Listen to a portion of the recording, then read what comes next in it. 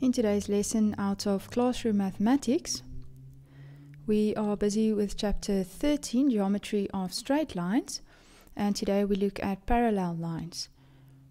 So the first thing we're going to look at is corresponding angles. Now, corresponding angles are equal when our lines are parallel.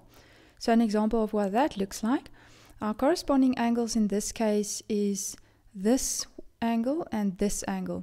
So can you see that corresponding angles form an F? So these two will then be equal. So this angle E3 is equal to F2. Now other angles in this picture that's also, or diagram that's also equal are these two.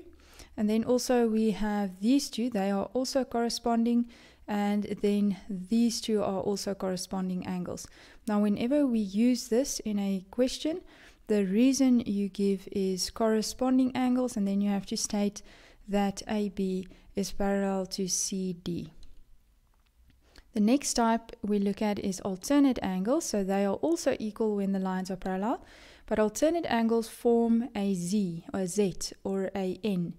So this angle over here and this angle over here, they are equal since they are alternate angles, and then also E3 is equal to F4, also being alternate angles. And when you use this, the reason that you give is alternate angles, and you state that AB is parallel to CD. And then finally we have co-interior angles. And co-interior angles are supplementary when your lines are parallel. So supplementary means that they add up to 180 degrees.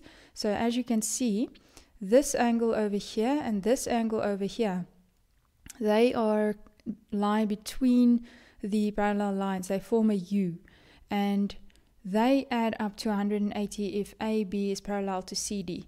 These two over here are also co-interior angles. Alright, so when you use this, you state for the reason is co-interior angles, and then you state that AB is parallel to CD. So let's look at the first example. Once again, we have our statement and reason, and we need to solve for A and B. Now, we normally start doing that in alphabetical order, so we're going to start with A. Now, if I look at what's given, I'm given that AB is parallel to CD, so therefore I can take into account one of the three scenarios that we've just looked at. Now, if I look at what else is given, I'm given that this angle is 56 degrees. So what relationship does it have to A?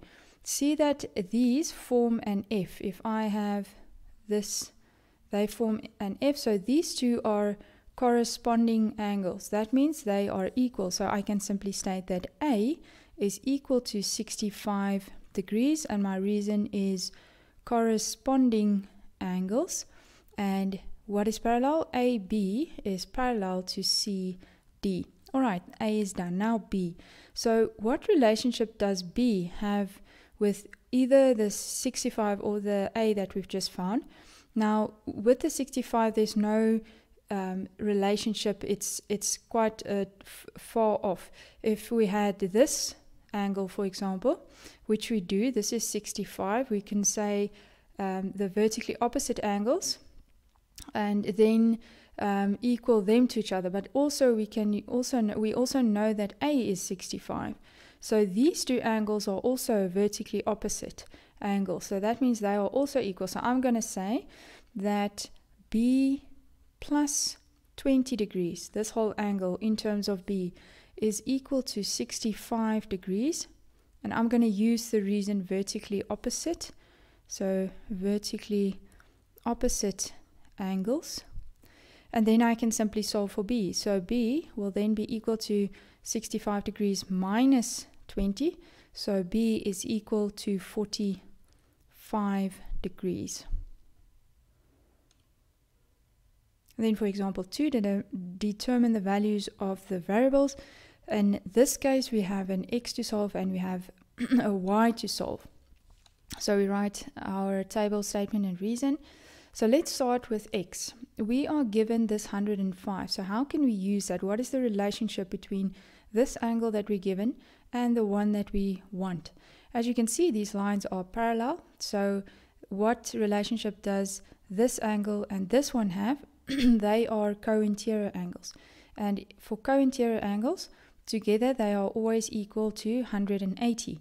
So that means to find x, I'm simply going to say that this angle of 105 plus the other angle in terms of x, that's just x minus 10. They together, if I add them together, they add up to 180 degrees. And my reason is co-interior angles. And which lines are parallel? PQ is parallel to RS. Okay, so now I simply solve for x. So x then is equal to 180 degrees minus 105 degrees plus 10 degrees. Notice the sign changes when I bring it over. Now here we have x equal to, so you can use your calculator if you want to, get 180 minus 105 plus 10, and that would give us 85 degrees. Alright, so that's it for x. Now let's look at this angle over here. What relationship does it have with this 105 degree angle? If we look closer, we see that it forms a Z, where this angle is equal to that angle. So I'm going to say that y minus 25 degrees is equal to 105 degrees. And why are they equal? Because they are alternate angles, and the lines that are parallel are PQ parallel to RS once again. So now solving for y is quite simple. We just take the 25 degrees over to the other side. Then we have 105 degrees plus 25. And this gives us y equal to 130 degrees. Right, so now it's your turn. You can then try and do exercise 13.3.